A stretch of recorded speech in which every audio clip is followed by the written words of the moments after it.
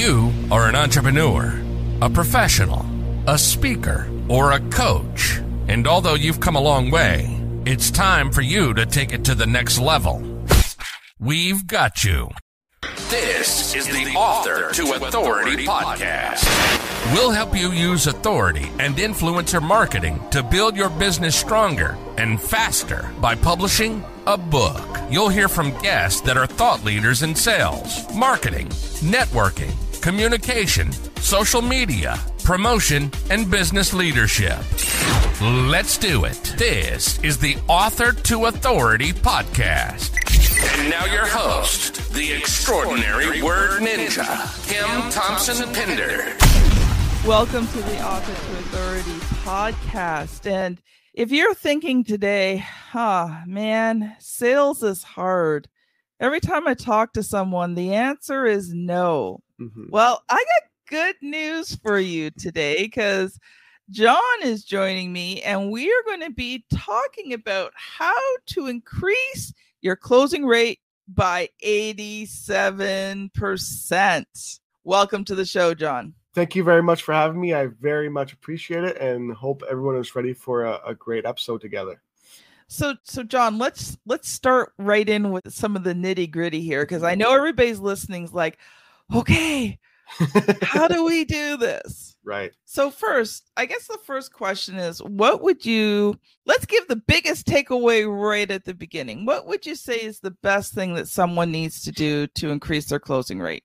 I love that you want to start with that. So if you want to increase your closing rate, not just with sales for your business or for publishing a book or for making a connection, making a deal work out, your spouse, a deal with a kid who, no, I don't want this seventh piece of candy. Let's figure out, eat something else. You name it, whatever the case may be, it's two things. One, tailoring your language so it is based on them, their needs, their wants entirely. Because people are very against things that aren't in their own interest. They, of course, are for themselves. If you were to tell me, hey, I could get you on certain podcasts, I'd go, great. But if you lead with, hey, we want you to buy this or this, there's a problem. So always lead with language and including and focused on what your prospect or the person you're talking to, what they truly deeply want deep down. And secondly, in sales and just in business and in general, this kind of goes along with the first strategy, is to always ask questions that lead to your other questions and that get the person to sell themselves on the idea. So it's not complex, but it's hard to learn. But when done correctly, if you can get people to answer questions themselves and say yes to their own ideas, but leave them to your idea, you can close anyone and anything very, very easily. I love it. I love it. I love it. Like you said, it's complex. It is something you have to practice. And yes. I remember, one of the first times I was working on learning to do this. And I was trying to shift how I asked the questions, my sale process. Right. I'm trying to think ahead. I'm trying to make sure I do it properly. Right. Ask me how well I did the first time. I'm sure it does it because you can't. I get that too. Like people are like, how do you speak so fluidly and nicely and charismatically? Sometimes not. And mostly it's because you have to go through some really bad calls first. Well, it's called practice. Yes. Insane amounts of educated, self-thoughtful practice on what did I say? What did I say differently? What could I say differently? And yeah, especially in sales. And again, if you're trying to close a book for publishing or you name it, having the skill is really useful. So with my girlfriend, she always goes, why do you always win every argument? It's because there is no argument.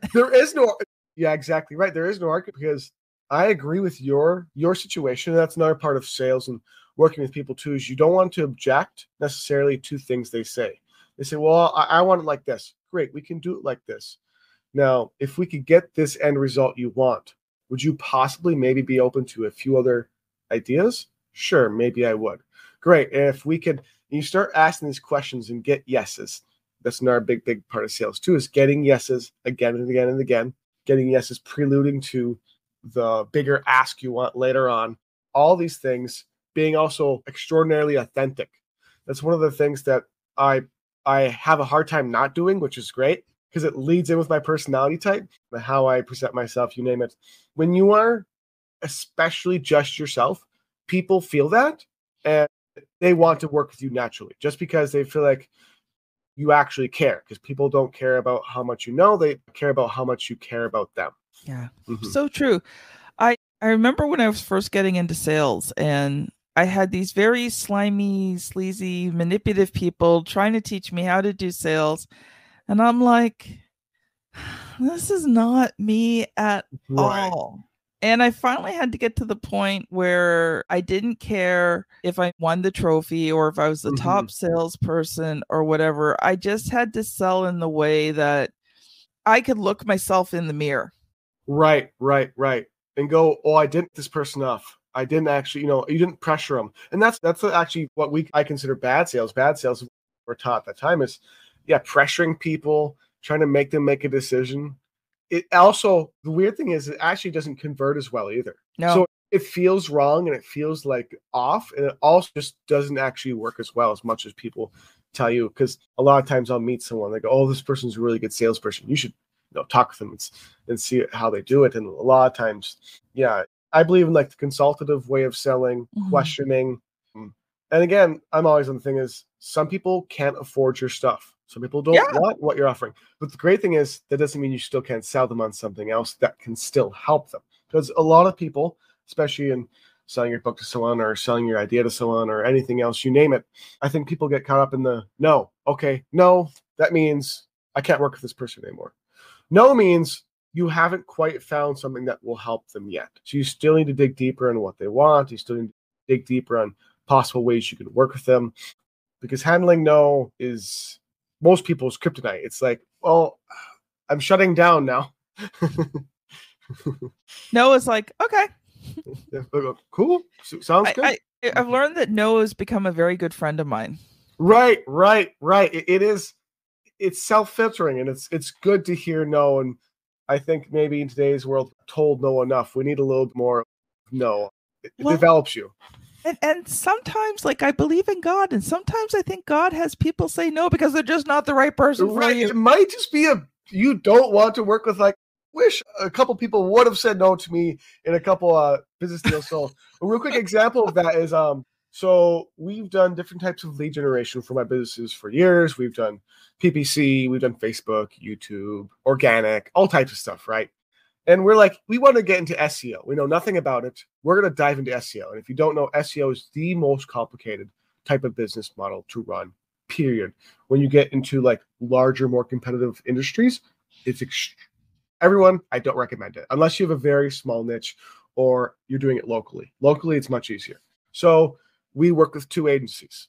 These two agencies, which cost around $60,000 in 4 to 6 months, produce zero increase in growth. Zero. So zero ROI at 60 grand. That's not a win. That's not quite a win. And that's in circumstances where you can either live with it and move forward and go, well, what did we learn from it? And that's what we did. We went, okay, well, now we actually probably know more about SEO. We can do it on our own, which we did. And we produced more growth than that $60,000 ever did. And two, like you're saying, it's like sometimes no, you may not realize it, whether it's God, the universe, something. You should have gotten a no, or maybe if it doesn't feel right, probably isn't right. If you think it should be a no, don't force anything. Let things just work out on their own. Because sometimes I wish I would have gotten a no or two. Well, I think the other thing too is sometimes we have to fire the clients, right? Before they become our clients. Yes, there have been people I have said no to because after a couple of interviews, I'm like, there is no way I am working with this person. Yeah, and I've actually fired a couple of clients mid-process, right? Because it was so toxic, so stressful. Like it was better for me to give them a partial refund, so they only paid for the work we did, and whatever else they had paid, I gave it back to them, than it was to continue working with them. Right. The time alone, because time is money. Time is all your money.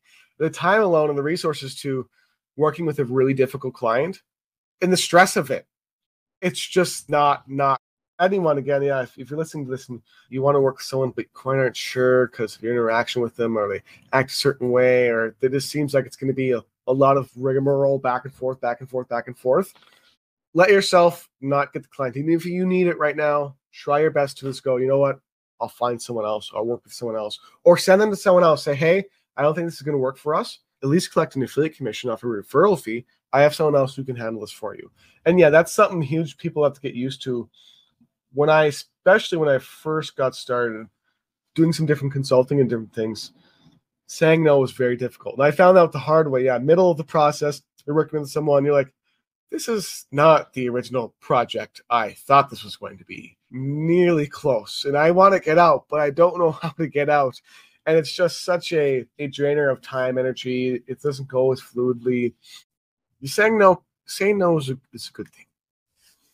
Well, I think that leads to the sort of the second part of the conversation is, how do we improve lead quality? Because Yes. I think, your closing rate improves, by doing the things you suggest, but it also improves if the quality of the lead in the first place. So I'd love to hear you talk on that. Yeah, so the two biggest filtering processes, it all depends on how you're generating leads in the first place. The two biggest filtering processes is, one, the copy messaging you are using. So, a lot of times everyone's told you want as many leads as possible. Bring the leads in, let them come in hordes, let them come in avalanches, let them come in mount. That's the exact opposite of what you want. You want a slow trickle of very, very high quality people who can afford and who actually very much want what you're offering. Mm-hmm. And your messaging and your copywriting decides who's, not always, because some people sneak through, but a lot of the time it can filter out who's coming in. For example, how you could change your phrasing. If your phrasing was, say it's for an agency, get your first 3 months free of our lead generation, and you make this astounding, amazing offer that is for everyone, anyone in any industry, any niche, with any budget. No, I've seen examples of this. For example, the Harmon brothers, they run advertising, some of the best ads there are in the world, do a great job, very creative advertising. Or Hermosi or many other people, their messaging on an ad, for example, is, we work with 7-figure agencies in XYZ niche and help them scale and double their revenue. So there goes anyone, not always, but most likely, who's doing less than probably 5 or 6, or who's a beginner agency. There goes people who are not in the industry, you name it. So you have to call out either directly to your target person or filter out with language who you don't want. So you can use revenue, you can use industry, you can use whether they're just getting started, whether they're experienced. We want to work with 7-figure experienced agencies looking to scale and optimize through conversion optimization, your direct service you offer. So also call out directly to how you help people in some of your copy you're using. And the second way, other than your advertising, is the process they go through. Yeah. So making sure you're having it so they book a call with you. Before they book a call with you, they fill out forms showing you their revenue, the type of business they have, what they're directly interested in, you name it. And again, if you see they are not the type of clients you want to work with, they're on the edge, most likely what you want to do is not have them work with your higher ticket offer or your services that involve directly your time. Bring them to another product and service. That's the biggest thing you can do. Biggest mistake most agencies, for example, make is they go, well, it's a no client, or they don't fit our persona for our product and service, our main one, let them go. No, sell them something else, package what you do in a different way, sell them something else. The people who do qualify, who go through your advertising and who go through your sales process, your funnels, and they go through all that copy, all that messaging, they're a lot more qualified. And then real quickly as well, I suggest your follow-up. Your follow-up is the third kind of communication piece that you want fine-tuned, again, only working with and targeting the right people on your ads. Make sure you're targeting the right people, again, who can afford and who want your product and services, and also who are most likely to be long-term buyers. Yeah. You want the best quality client because, again, there's two things. The cost to acquire a client who leaves really soon, especially like with agency-like work, or anything that's monthly work, is a lot compared to one that stays for a long time. And also the wasted ad spend on leads and possible prospects who aren't going to buy or who are less likely to buy and take a lot more messaging to convert them means you're wasting, most businesses, the majority of your ad spend on people who are going to buy right now because you're looking for everyone. No, fine-tune your pitch, fine-tune your copy, fine-tune your sales process and your follow-up, you're going to see a lot higher quality leads coming through the door. Wow. I couldn't agree with you more, Jon. I couldn't agree with you more. I like the fact that, you bring people through a process. And I think, one of the things I'm working on right now is because I've only got my very high ticket items I'm developing one that's not so high ticket. Right. So that I can meet the needs, because there's a lot of people that I want to help, but can't afford, the done for you. So I'm developing a done with you. Yeah, a done with you or do it yourself version. It's so much better for your people because, again, your job in business, people forget your job in business is to serve people. And if you actually serve as many people as you can, you actually make more money as well. It's actually, if you go ethics first, money follows. So serving as many people, serving your nose, serving the people you can't just work with or that you want to lower your prices for them. Like I've had many calls, and I do this every once in a while. I break my own rules. Someone has a situation, I need my website designed, but I don't have, $5,000 for it or whatever. I go, well, I guess I could do it for $1,000. I can do it for $1,000 for you. Some circumstances, if you can situation, work it out. And if you can't though, like you're saying, give them a done with you. I'll do a video review telling you exactly what to do, how to do it, where to go for the resources, you name it. To run them through a course, run them for a solution that's already done. That's the best thing you can do for sure. Yeah. So let's shift gears here a little bit, Jon. Now that you've given us so much meat to chew on, I'd love for you to introduce yourself a little bit more. Your bio says that you're an American entrepreneur. You're a top 1% growth consultant and business master. You are a 2-time self-published author. Woo! Running 3 separate businesses and speaking in front of global audiences. Wow. I want to hear more about your story and how you came to do all these things. I'm a busy young man, and I try my best. So I got started really young. I'm a second-generation digital marketer because my dad, when I was around, he says 11, I say 13. I got started in the business that young. Initially, I had a gaming blog.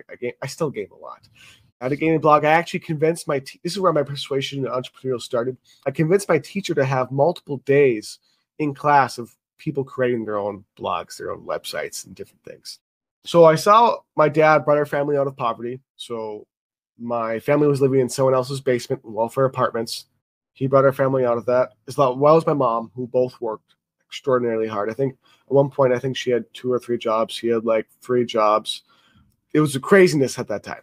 Anyways, they brought our family out of that situation. Then as well, I kind of saw the beginnings of what entrepreneurialism could do. I started dabbling in it. And then around 15, 16, I could almost legally make money. So I was preparing myself to launch my own business. I worked at the only job I worked, fortunately, at Walmart for 6 months. Shout out to Walmart. You gave me my first 6 months working at that job. And I worked there. I got a bunch of money together. It was like $2 or $3 to launch this product with a friend. Launched it, failed miserably. I lost every cent I had saved up from working from Walmart. That was my first kicking the balls from entrepreneurial journey, which happens. From there, I went, throughout that 3 to 4 years, what I did was I didn't learn from anyone. I didn't want to take any advice. I had a lot of pride very young because, extremely smart and intelligent, especially school related. I was all honors. I could go to any college I probably wanted, but what could those old people teach me? What do they understand about this? They don't have 30, 40 years experience. Right. They lived before cell phones. Right. So I just went, I want to do it myself. And then I realized, that's probably the worst way to go. So I didn't take any advice for strategy from my dad this entire time. I reached out to him and said, hey, could you give me some ideas? And I also and he was probably smiling from ear to ear, right? And she was like, well, thank God. I've watched this little guy struggle for so long. And I also started going into heavily learning mode because I realized that I don't know enough. Not learning and not applying are the 2 biggest things in business people miss out on. So I decided I need to learn as much as humanly possible. So I started learning from Frank Kern, Tony Robbins, Grant Cardone, every guru, every non-guru, everything I possibly could. I'm like, I need to learn as much as possible if I'm going to get into business. So 16-ish, started learning more and more, started making some money with it. So, okay, maybe I'm not going to have to go to college. Maybe I can do this instead. Around 18, business went down. I was struggling. That's when I started taking some of those freelancing clients who were like, $500 for 3 months of work. That sounds great. Don't care. I need the money right now. Took those clients at around 18 and 19. My affiliate marketing business, which was primarily my income for the years, started taking off, started growing, started moving to some consulting. And ever since then, has just grown. And now I'm doing a lot more speaking, doing a lot of traveling, podcasts, and things are going good. And I am doing a lot better than my initial two stops. Sometimes we know just enough to be dangerous. Yeah. I knew just barely enough at the time. Oh, Jon, I love it. And, the digital age has just been around long enough that we are actually now going to start seeing second generation. Like you said that, and I was like, what? Second generation? Right. Wow. Like that. You don't hear that, right? No, you never do. And that was, real quickly, it's been a curse and a blessing. So the good thing is I'm very youthful. I have a lot of energy. I have a lot of different ideas. But going through the journey, when you're also really young, that's the other thing about not having experience. No one takes you seriously. No one takes anything you say. Oh, I do consulting. No, you don't. Well, I do. I'm actually very good at it because you're so young, because you don't have the same look and appearance and you name it. It's very hard to be authoritative. So in order to be authoritative, I had to learn so much and sound as professional as I possibly could in order to articulate myself in such a way that I was actually perceived as being knowledgeable and such. But yeah, it's been a journey to say the least. Or you play the other card and you use it to your advantage. Right. Yeah. And you sneak through the door and then you show them how much you know. That was a lot of what I did. That was a lot of sneaking through the door. So to go quickly on that as well, too, I had my youngest was when I was either 16 or 17. I was creating some content. I think it was on LinkedIn. I was creating some content and I attracted a couple clients, through just posting different things on Converge. And it was a company called, I think it's still around, called Influencer Inc. or Influencer something was their name.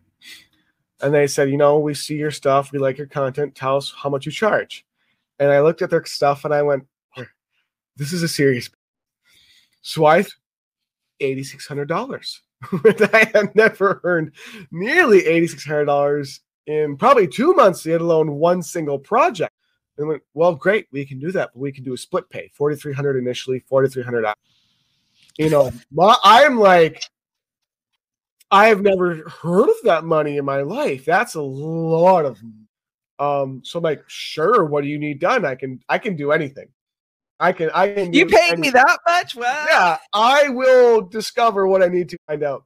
So, anyways, I got $4,300, the initial 40, but a lack of knowledge, a lack of applying, a lack of resourcefulness. Young kid didn't get the second $4,300. They didn't. You weren't able to do some of the things we wanted you to do. And I think at the time I was also like, I was negotiating my affiliate marketing business, my freelancing, working with them, so many different things.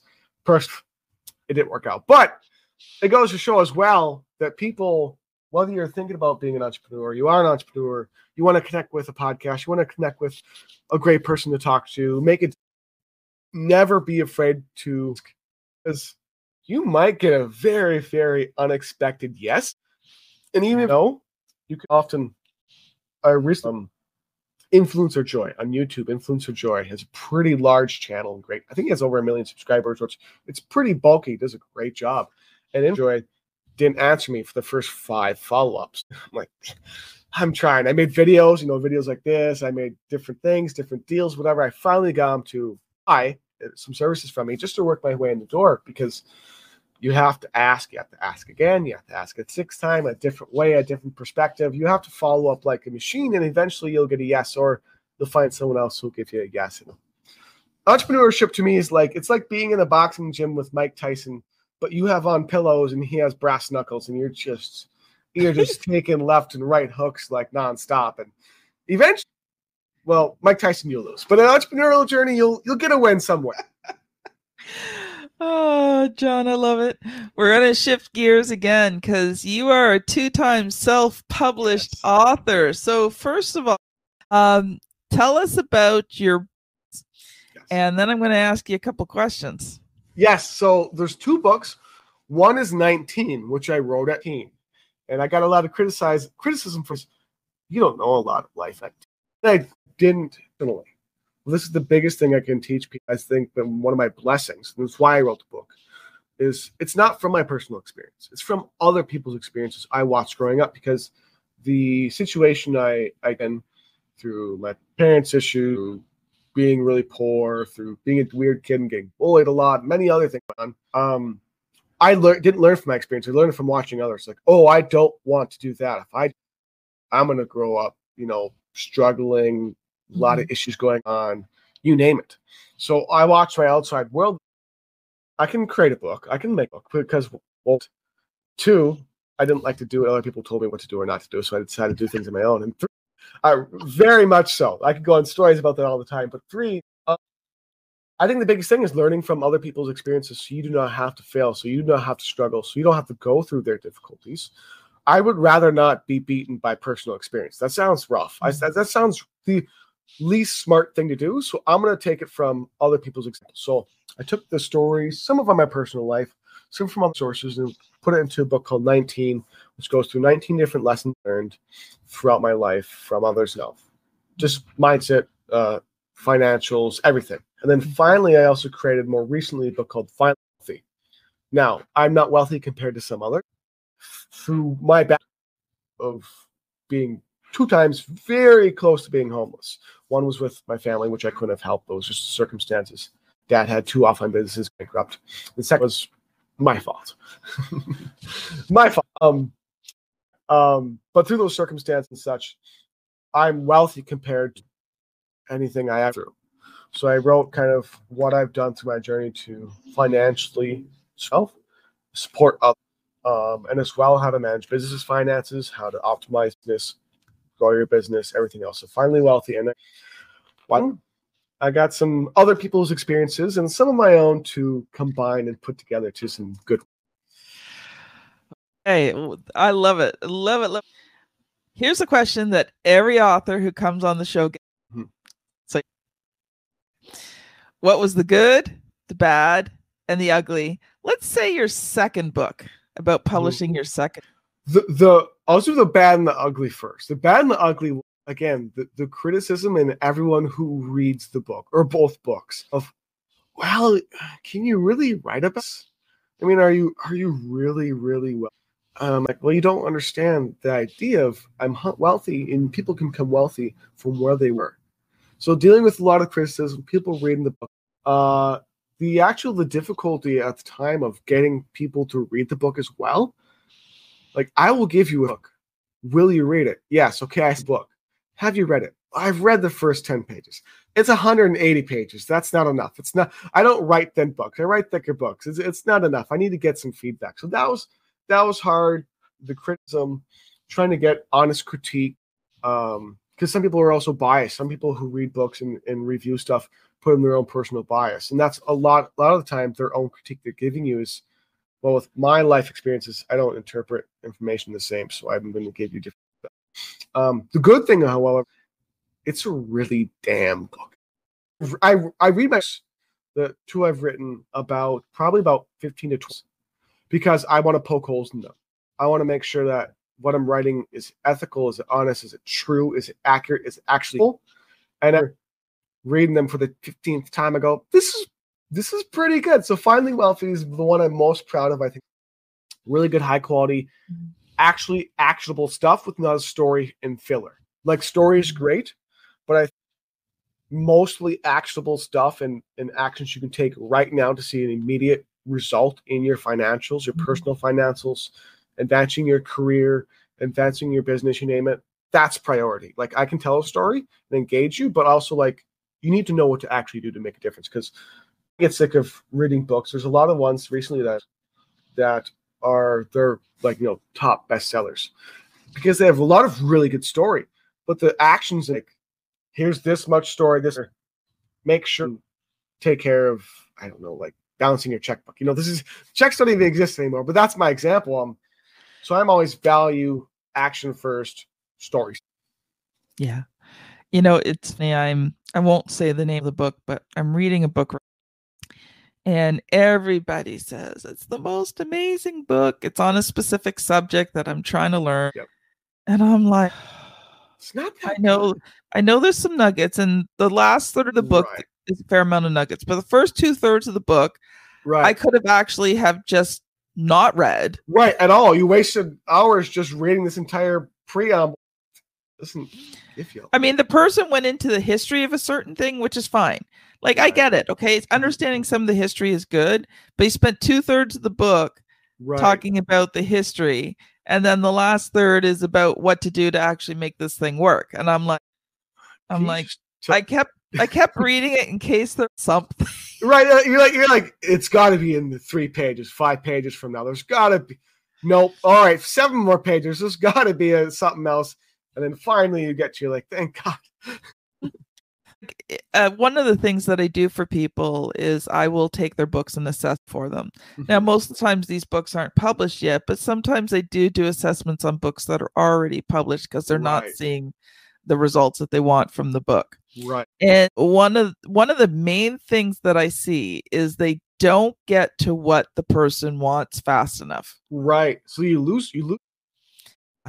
Yeah. Because you're not giving them anything in the beginning. You're trying to lay this foundation, but the problem is the foundation needs to be laid, but you need to lay it in such a way they feel like they're getting something really valuable. Right. To me, it should be almost like a gradual journey, almost like a book that's, especially if you're writing like a self-help book in any area or niche, it should be almost like a story of like the Avengers or of anything, any other good story, something good. Story, something bad. Story, value. Story, it should be a mix of the lessons throughout it, or a bunch in the beginning, some story, a bunch at this point, and there's got to be some kind of something for them to chew on a little bit throughout the process. Oh, I so agree. Jon, I have loved this interview, but we are out of... Well, thank you very much for having me, and I hope I didn't talk too long, but I get so excited. I love talking with you and talking with other people and giving value. So I appreciate you for having me on. Everyone listening to this, I hope I gave you some good stuff to think. So, Jon, just before we, I always give everyone an opportunity for the audience to connect you. How can they do that? So 2 places. First is YouTube. Just look up Jon Weberg on YouTube. Subscribe. Hit that notification bell. As well, if you want to join a community for entrepreneurs, for growing your business, for basically accomplishing anything you want in your business, period, go to profitable.com. And then I have 2 quotes, if you don't mind. 2 of my own quotes, which I thought up when I was about 13, 14, which is good. May I? Go for it. Okay, so the first one is very obvious, very cheesy, but good. It is aspire for progress, hunger for success, and strive for greatness, which was retweeted by Jessica Biel, who is Justin Timberlake's wife. It went pretty viral, actually, at the time. And your attitude is not defined by your life is defined by your attitude, which is also pretty self-explanatory. Your attitude's everything that you receive and give. Wow. Just love it. Just love it. Audience, if you have enjoyed today's episode, I highly recommend, if you are on YouTube, click the thumbnail.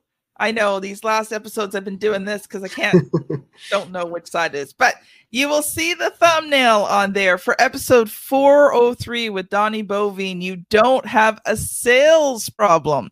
Now, if you're listening on your podcast app, it's probably coming out in November. I think Donnie was July. So you're going to have to scan back a little bit to episode 403. Thank you so much for joining us, and we'll see you on the very next episode. Bye now. You've been listening to the Author to Authority podcast. The extraordinary word ninja, Kim Thompson-Pinder, has helped over 200 entrepreneurs, professionals, speakers, and coaches write and publish their books that have become incredible marketing tools for their business. And many of those have gone on to become Amazon best-selling authors and have used their books to land high-level clients and get on big stages. We hope you've enjoyed the show. make sure to like, rate, and review. And we'll be back soon. But in the meantime, hit the website at www.author2authoritypodcast.com. See you next time.